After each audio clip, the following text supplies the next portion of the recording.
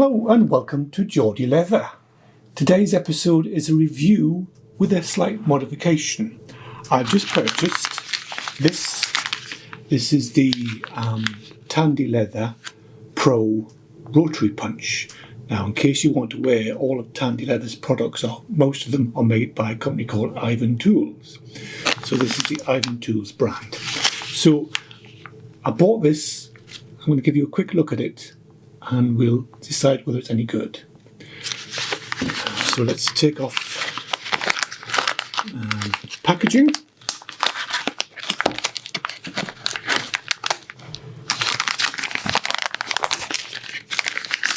So, right, here we go. So here is the tool. I'll give you a side view of the bench cam. It's a nice heavy tool. It's quite an expensive rotary punch, but I think the build quality is really, really good. So we'll look at this, the overhead cam, with the best view for you. Zoom in a bit. Oops. So it's a standard rotary punch design. The difference is it's really well machined. It's a heavy tool. It feels good, weighty in the hand compared with the cheap sort of rotary punches like this, which do the job, but they don't last very long. And the punches themselves wear out very quickly. One of the reasons I bought this particular model was because the actual punches can be replaced quite cheaply. When they become dull, you just unscrew them and put a new one in. So that's a real benefit. But it's nicely machined, very highly polished. It has a little retaining clip here which keeps the rotary punch closed. Most rotary punches have a little slide on them which you can move with your thumb, which I prefer. I don't actually like this about this particular tool. So you squeeze the hands together and that just lifts out. It's just a little bit of metal clip which I'm sure would eventually get lost one day. So that releases the jaws of the punch. So one thing I'm noticing straight away is that it's so highly polished on the handles that when I squeeze it, the tool slips between my hands. So although it's nice that it's highly polished, I think I'm going to have to put some sort of coating on the actual handles themselves,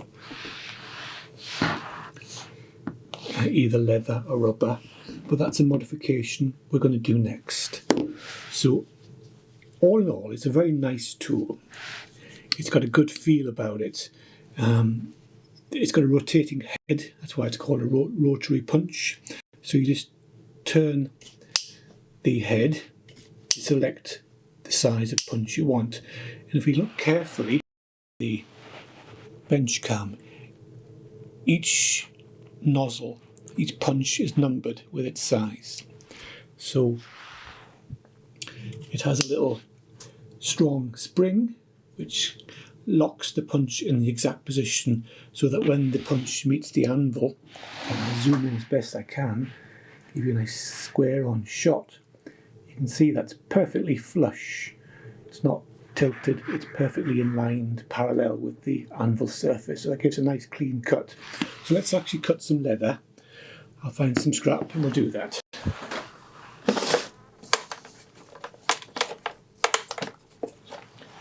So here's some nice veg tan leather. So let's give it a go. Let's try and punch some leather. So we'll take the tool. It's currently set to number 1. So let's try that on with some, looks like about 2mm veg tan leather. So let's just punch a hole. Give it a twist, make sure it's gone through. And there we have a nice clean hole. As you can see, it's nice and clean. And the side view, there you go, nice and clean. We'll quickly try one of the other sizes. Let's take the size in the middle. Let's take the same 3mm. So let's do that again.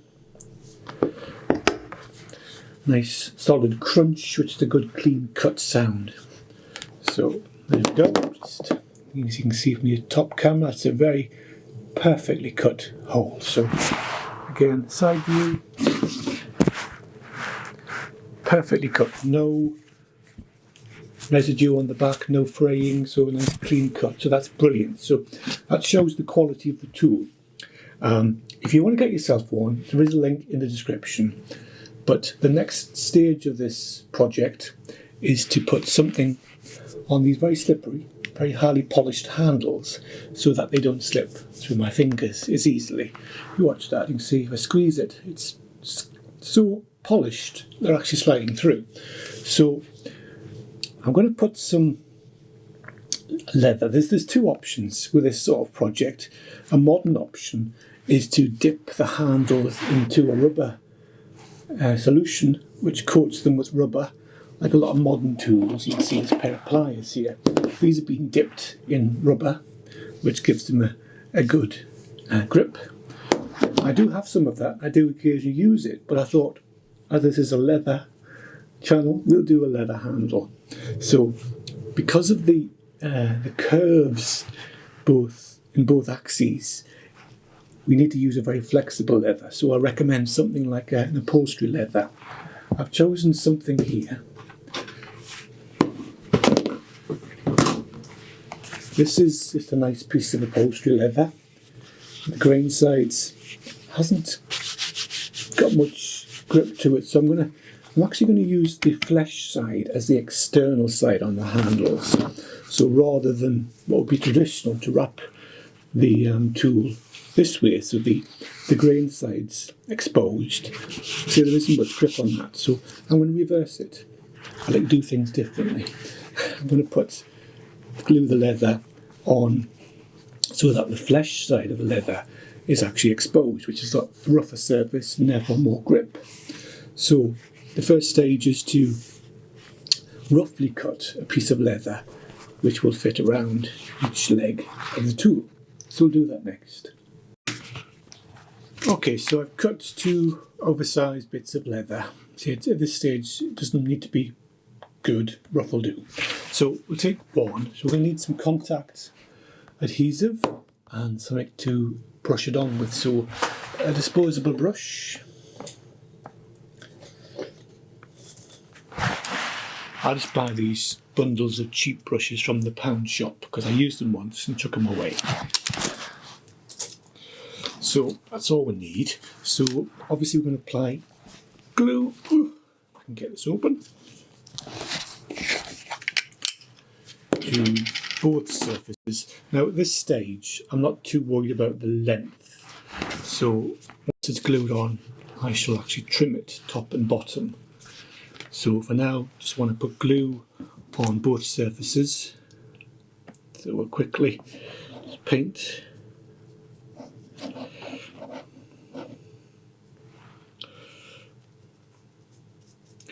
Each leg, well, just do one leg at a time, obviously. But try and get an even coat of contact glue all over. Because these curves are going to have to be stretched, the leather's going to be stretched over these curves. That's why I've chosen upholstery leather, which is very flexible, as opposed to something like veg tan, which is quite stiff. So that bit of extra stretch will really come in handy when we come to tension the the leather over the odd shaped handles. So that's the leg handle, got its coating on. So just put that so it doesn't stick to my bench. It's fine. Just pop it up against that. And we'll do the same, remembering it's the grain side we're going to actually put the glue on. So let's just do that.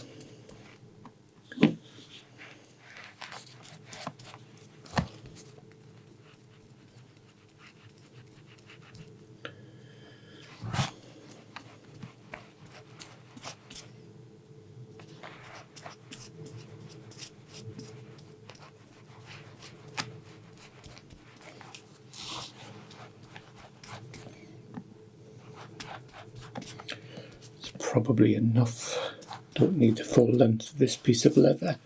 So just spread that out and leave those two to go tacky for a few minute or so.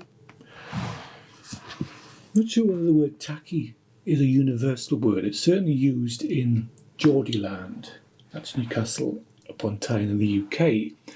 Whether it's used elsewhere, I'm not sure, but I think I've heard it used by non-Geordies, so that's okay. But if you're not familiar with the word, tacky just means sticking to the touch. Not you touch it, you'll glue yourself to it, but you can touch it and remove your finger away, so it's touch dry. Touch dry is probably a better term. Right, before the glue goes off, we better get this put together. So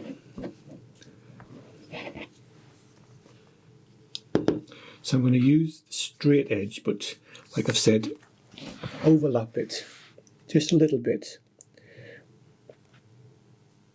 over the centre line of the handle. Now we'll keep the bulk of the leather lifted out the way and just press down, stretching slightly the remainder of the leather into the curve, the convex curve of the handle. Now just press that down. If you want to take a bone folder and just gently make sure that's good and firmly pressed against the interior of the hand. Now the tricky bit, we need to stretch the leather around the handle, trying to take into account the curvature. It's a very odd shaped handle, as you can see, so it's a bit fiddly, but I think we're getting there. Now again, stretch the leather around, keeping it very tight, particularly around the back of the handle, and bring it up. I know it's difficult to see on the camera, but you stretch the fabric through the leather and press it against the glue as you bring it round. That should give you a nice, snug, crease-free joint. And then we get to the final bit, again, pull it tight and stretch it over so it overlaps the first joint, the first edge. Just bring that over, don't worry about it sticking to the other bit of leather, and then use your bone folder, make sure it really gets into that little curvature, and that's the tricky bit done. As you can see, it's nice and snug around the shape of the handle. Don't worry about the excess, that's all can get trimmed away in a moment. But for now, that's that bit done. What I will do is just take a little pair of scissors, leather scissors, and just put a little slit just there. It leaves a bit of the tension and allows the leather to fold. So you can press it, it won't stick because there's no glue on that bit of leather, so just press it down as best you can. If it buckles, puckers, just put some slits into the waist and that'll ease the leather a bit. So that's the first stage. So give that a few minutes to just harden off a bit and we'll come back and do the incision. Okay, so that's now gone off a little bit. So the next job is to, see if I can get that on the overhead camera for you, is to cut down the centre of the handle as best we can. It doesn't have to be perfect, but do the best you can. What I'm going to do first is just to get rid of this excess at the end. So we'll just take our leather scissors and just remove that. It makes it a bit easier to see what we're doing. So if you take a nice sharp scalpel, make sure it's sharp, otherwise you'll find it's a bit difficult. So again, it's not easy to show you on the camera, but I'll do the best we can. Support it so that you can see roughly where the centre line should be of the handle. And just take your sharp knife. You can see this is the centre. You see that there. This is the centre of the handle, so we want to go down there. We could use our finger as a guide, just to rub along the side of the leather, of the handle, and draw the knife Just do shallow incision first. Just follow the curvature of the knife until you come to the end, and then go over that line again. So you're cutting through, first of all, the folded over piece of leather, and then hopefully the leather that's beneath that, the first piece of leather, and that should, in theory, give you a perfect joint. It doesn't always work, but like I say, we can only do our best.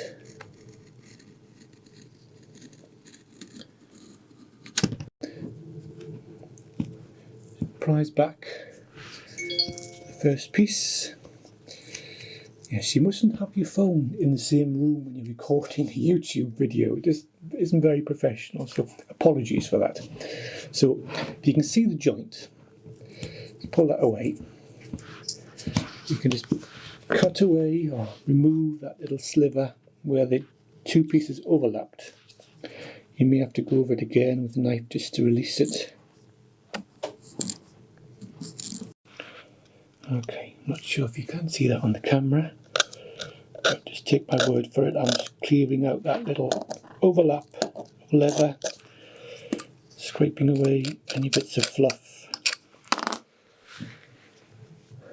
And let's have a look at you now. So we're going to bring this back together, just roughly at this stage, and you can see that's forming a nice joint. Can you see that on the overhead camera? So the next stage is just to put some more glue back in there and make sure it's nice and clean, get out any little bits of debris before we glue it together. And it should give us a nice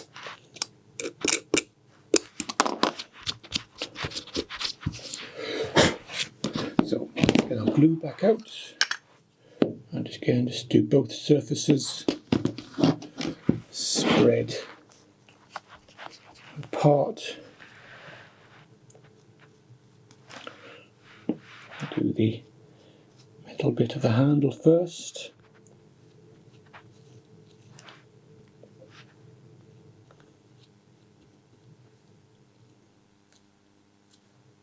So it's well covered, and then we'll do the little flap of leather.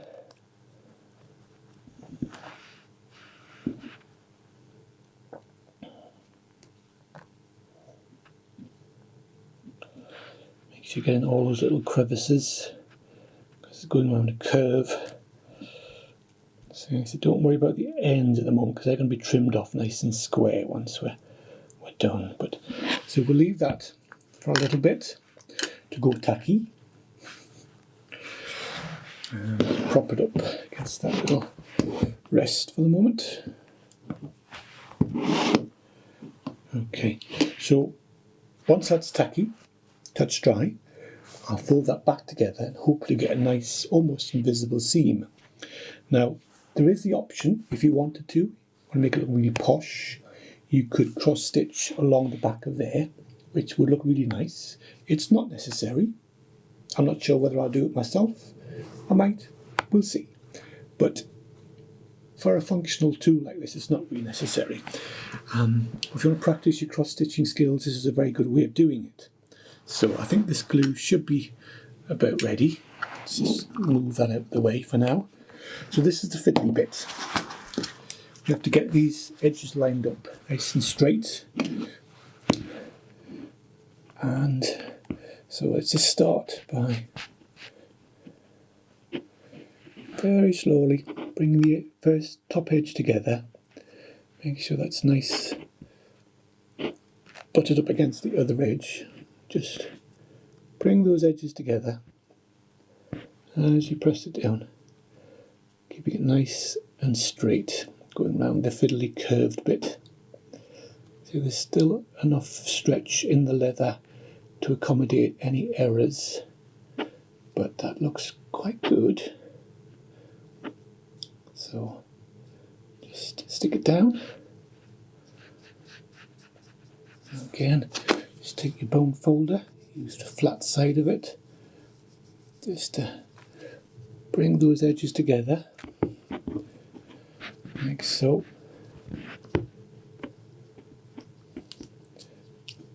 And just use your bone folder just to